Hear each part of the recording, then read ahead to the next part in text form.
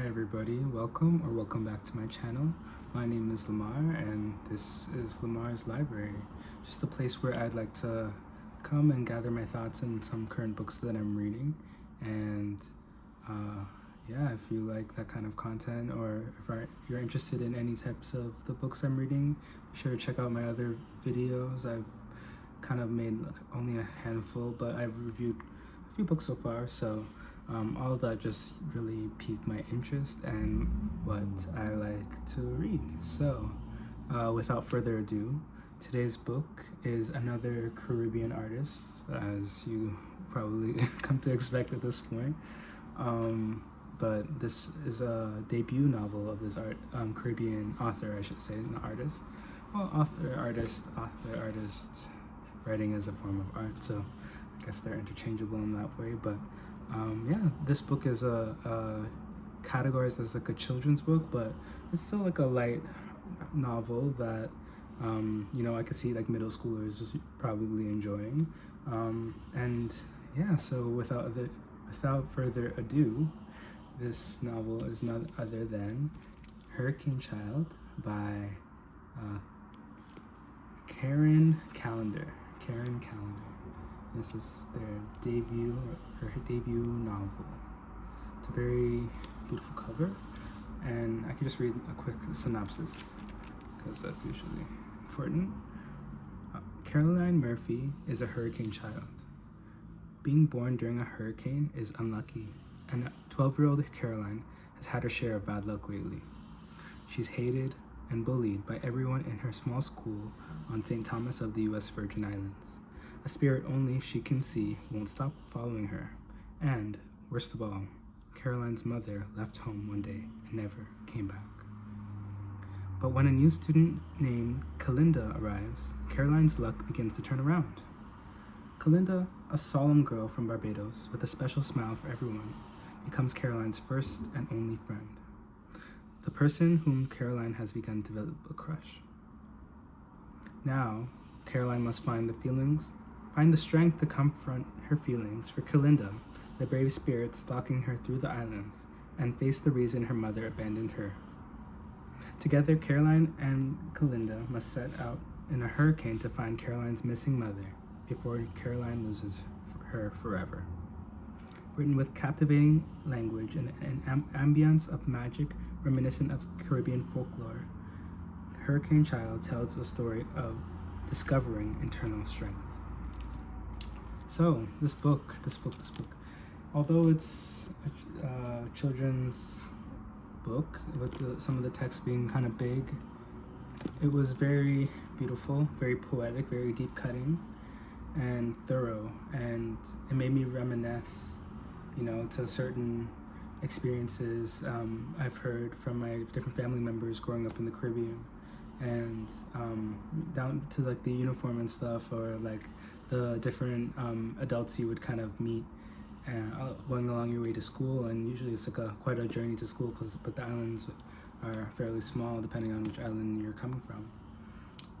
I like that there's some Barbados representation. Big up my Bayesian Massive. God, I love that.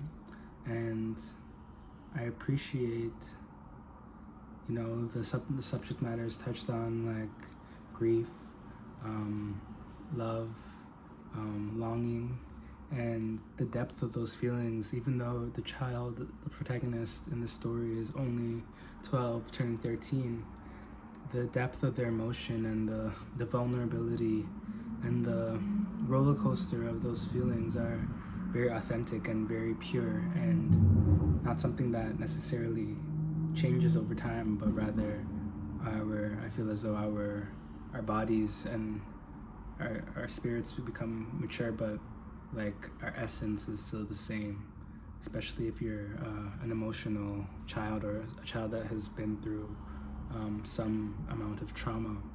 I feel like that maturity process kind of quickens, and there's a lot of times children that are called like old souls, and I was one of those children. And like the internal monologue versus the external kind of environment, and how the adults around you perceive you to be versus how you actually are internally can be quite contrasting.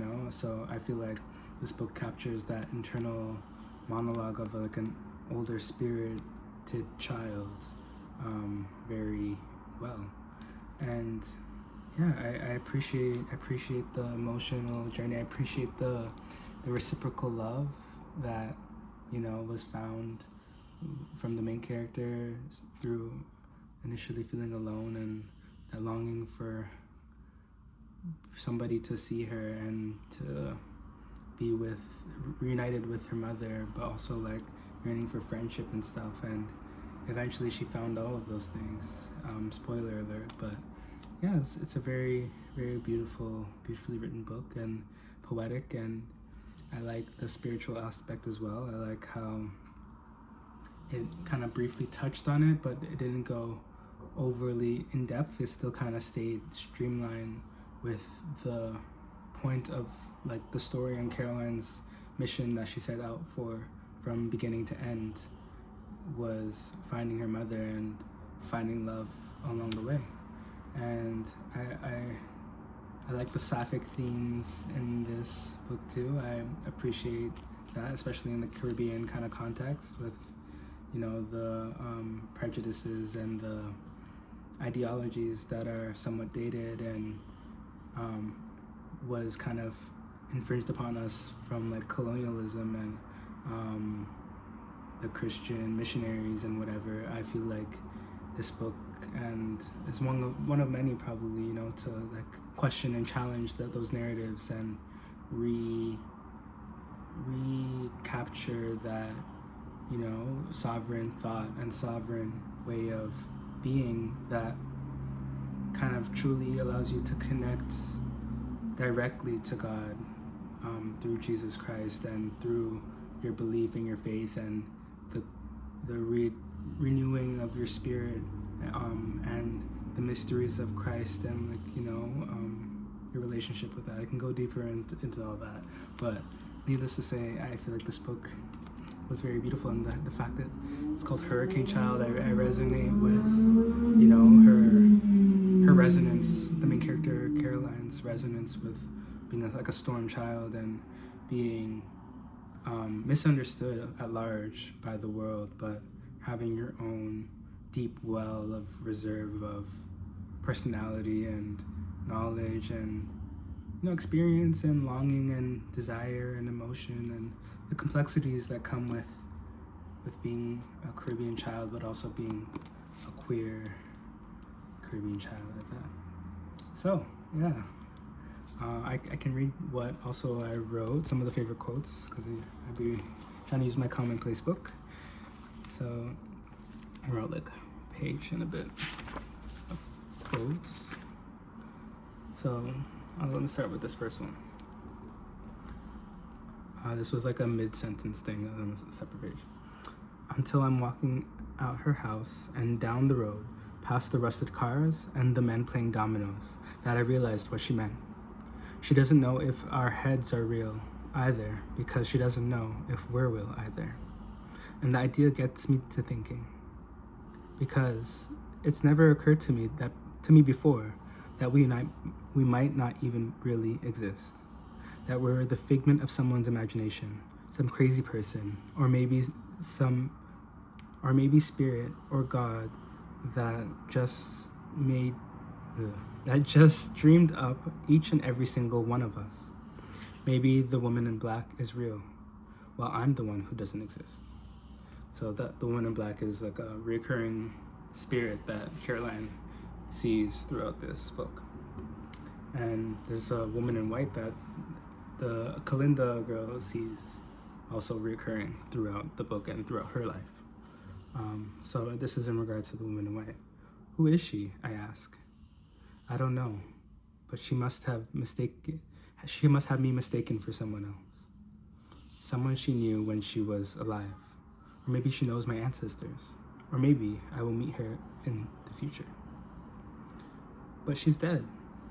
She can only be a ghost from the past. No, Callender says, not necessarily. Time is something we've made up in our heads. Time isn't real at all. The time before I was born, and all the days that I'm alive, and the time after I will die, is all one and the same, Caroline. The spirits could be friends from the future or people from our past. Who knows? Maybe a spirit I see could even be me. And I like that. That was like, like it makes you ponder and question and realize also like the inherent like reflection and reflective nature of reality and being able to see within things yourself, see yourself within things rather. And then there's another couple quotes. There's a storm coming, she says. I did not know, but I don't care. I was born of a storm. Storms don't scare me. And then what else did I write? Oh, just a overall kind of like synopsis aside from the one I just was kind of explaining. This book is a beautiful story of grief, requited love, longing, sorrow, and completion. I adored the themes of this novel and how the characters were made to be flawed and beautiful. It perfectly captured the feeling of growing up in the Caribbean, with the types of adults and peers in such a climate, dealing with pain and betrayal from abandonment. This story felt familial, and hit close to home for me. It made me reflect on many different facets of blended families, humanizing our parents, and understanding and respecting the spirits that walk among us. So, yeah, excuse my cat in the background. He's being annoying. Rosiah, stop! He's being annoying. But, yes, okay. It was a little chaotic at the end. But Hurricane Child, am I right? So this was my review of Hurricane Child. If you like this or have any books that you'd want me to review or check out, let me know in the comments if you care to. And please leave me a like, subscribe, whatever you fancy. I'll be here next time. I'm going to try to be more consistent. I moved to a new place, beautiful new place. So if you want to see any more, let me know. And I'll be back. Until next time, take care.